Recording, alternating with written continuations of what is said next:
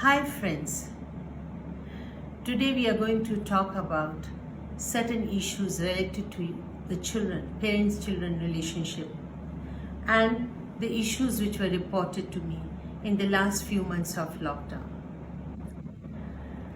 I have been told by the parents that children are really getting bored, irritable, they are sad, they are getting angry, and it has really become difficult to handle them in the house. And on the other hand, the parents are getting aggressive, they are practicing physical punishment, verbal abuse, grounding, getting angry to them, shouting at them, and yet they find it difficult to handle the children. Needless to say, that increased frustration level is causing all these negative behaviors. Dear parents, I really want to ask you something. Which is more difficult?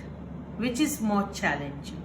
Is that your child is not listening to you, not obeying you?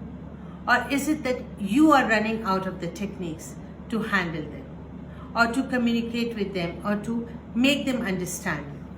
I'm sure the later one is much more challenging and frustrating. So in that situation, what should change? The child or his behavior, or your techniques need to be modified?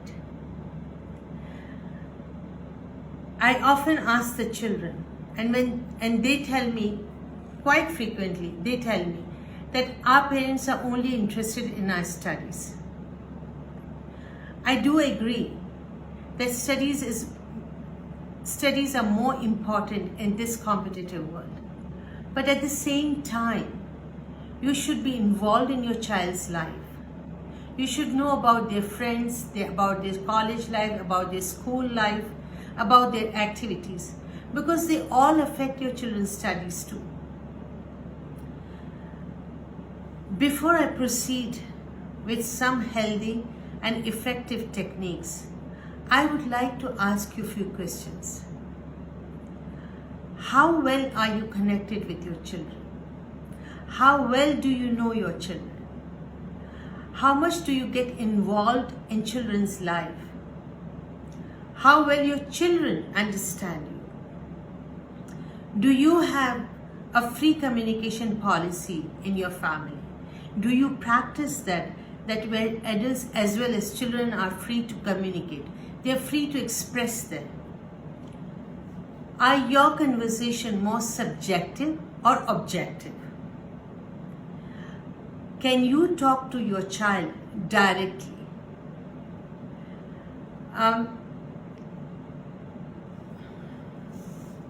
Do you speak more or do you listen more? Dear parents, I really want you to focus or reflect on these questions. Now, recently I got a news about a child who was only 14 years old. He jumped from his balcony and committed suicide because his parents stopped him from playing online games. I was even told that game inspired him to take such a drastic step. Indeed, it is very sad. Are the children left alone? Are they staying locked in their rooms? Please focus on these points. So let's talk about the techniques. First, active listening. Listen to your child with full concentration, 100% concentration. What happens? Usually we have partial listening. 50% we concentrate on what we are working and 50% we listen to them. And what happens in this partial listening? We miss out the messages what they are trying to give. We miss reading between the lines. And sometimes we don't even hear the main points. And even the child feels that my mother is not focusing on me or my father is not listening to me. So he may avoid you. So please practice active listening. Sit down with your child, have eye-to-eye contact and listen to them. Be objective when you are talking to them. Have the objective. Be focus on the topic what they want to talk about. Instead of giving them suggestions, ask them questions. Tap their minds. Lead them to make their own decisions. Lead them to come up with the solutions rather than you suggest them. Come down to their ground, to their level. Do not stand as an authoritative parent and listen to them. Come down to their level. Understand their perception. Understand their perspective or their views about certain situation. And then you share your perspectives, your perception, and make them understand the difference between yours and his perception. Always separate the behavior from the child. Is the child who is not wrong? Is the child who is not bad? Is the behavior which is not acceptable?